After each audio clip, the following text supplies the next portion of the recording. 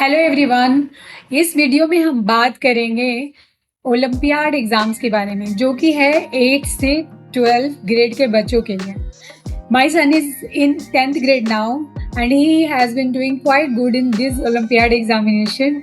So lot of my friends used to ask me around this examination, how to prepare, how to approach this examination, how many exams to appear in one go. So all those questions have been tackled in this video.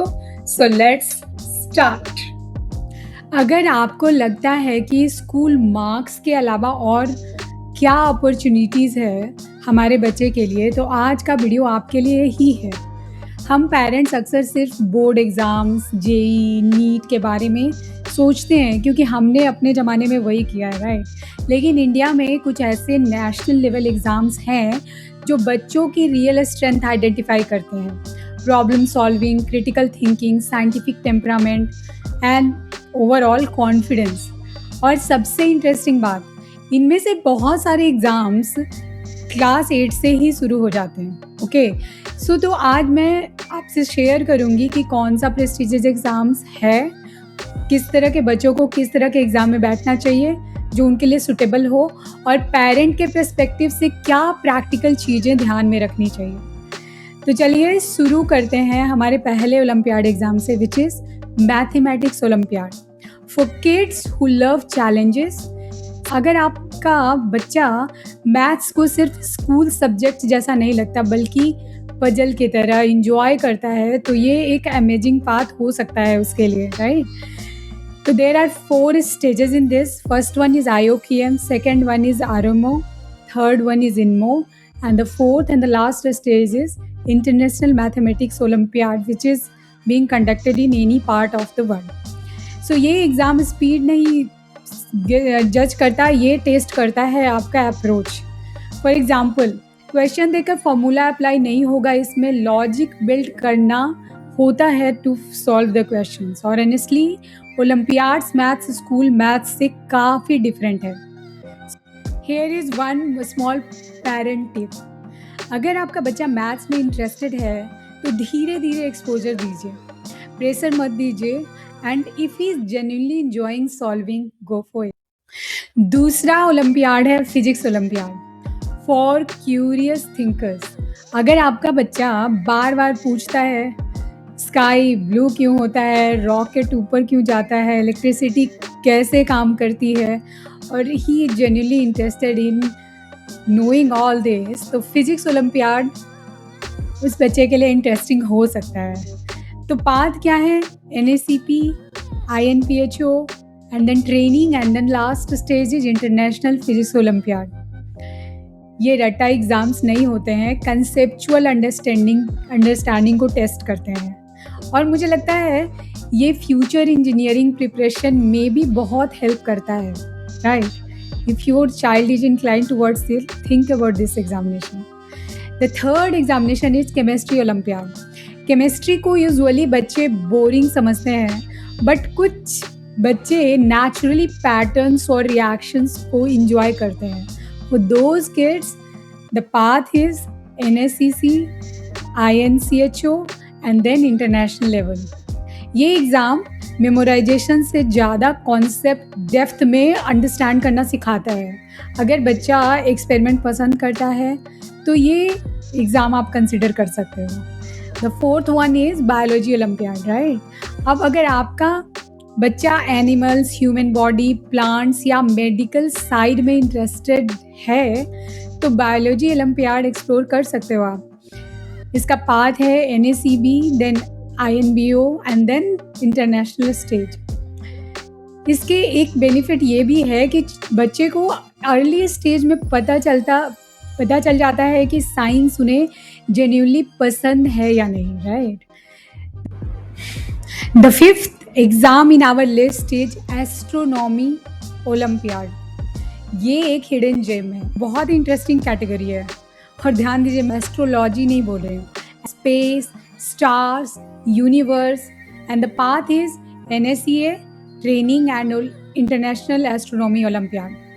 बहुत सारे parents को इसके बारे में उतना पता ही नहीं होता है, लेकिन ये हाईली रिस्पेक्टेड पाथवे है एंड ऑनेस्टली ये इमेजिनेशन और साइंटिफिक क्यूरियोसिटी दोनों को डेवलप करता है.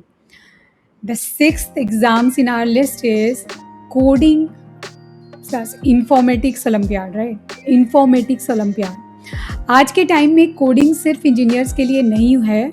Coding teaches problem solving, structure, logical thinking. The path is JEDIO, INOI and then international olympiad in informatics. यहाँ पे जानने वाली बात यह है कि कोडिंग ओलंपियाड का मतलब ऐप बनाना नहीं होता, ये एल्गोरिथमिक थिंकिंग होती है.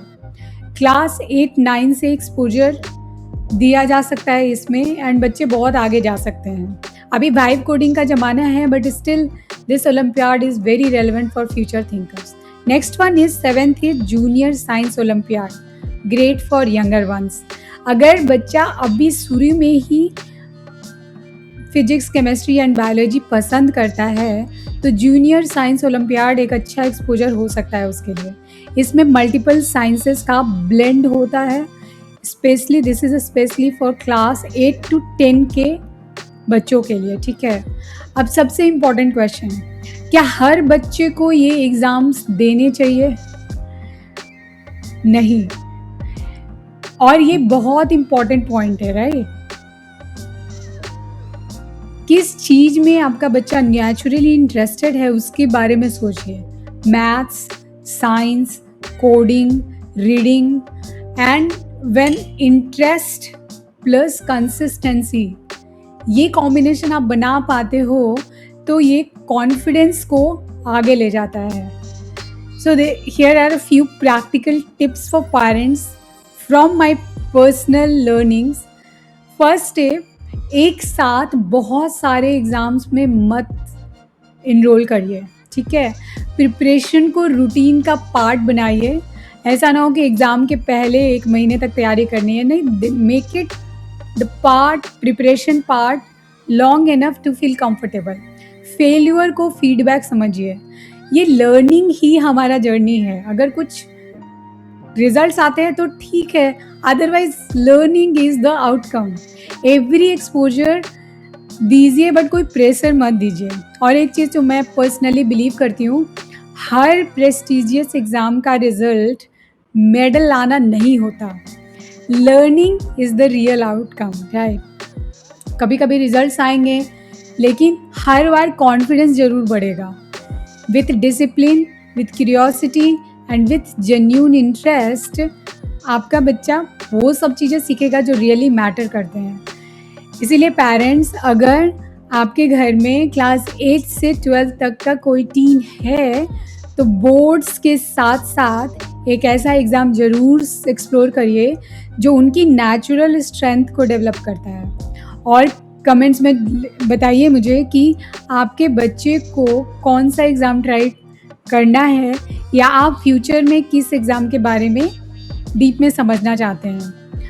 अगर ये वीडियो आपको यूज़फुल लगी तो लाइक करिए, शेयर करिए एंड सब्सक्राइब करिए. और detail explanation of all this examination, I will be separately making a video about detailed explanation of how to approach this examination. In this video, I roughly covered which are the Olympiad examinations. Just explore this examination for your child's benefit, and these are very prestigious ones cause in all this examination you get the chance to represent your country to the international level. And this is like so profound goal to have for your child.